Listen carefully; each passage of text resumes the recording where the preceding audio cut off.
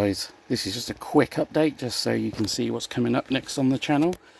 We've got, so wrap my shadow in there, we've got a few WPL kits to build.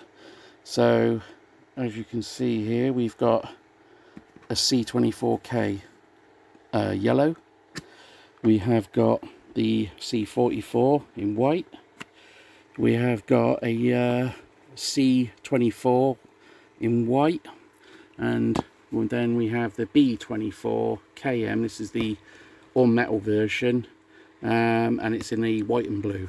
So I think we're going to do this one next. So we'll grab him off the shelf. Okay, so we're going to need a controller. So we've got, this one is the diesel version. What have we got here? It's a 2-speed gearbox. And I think this one is the petrol version.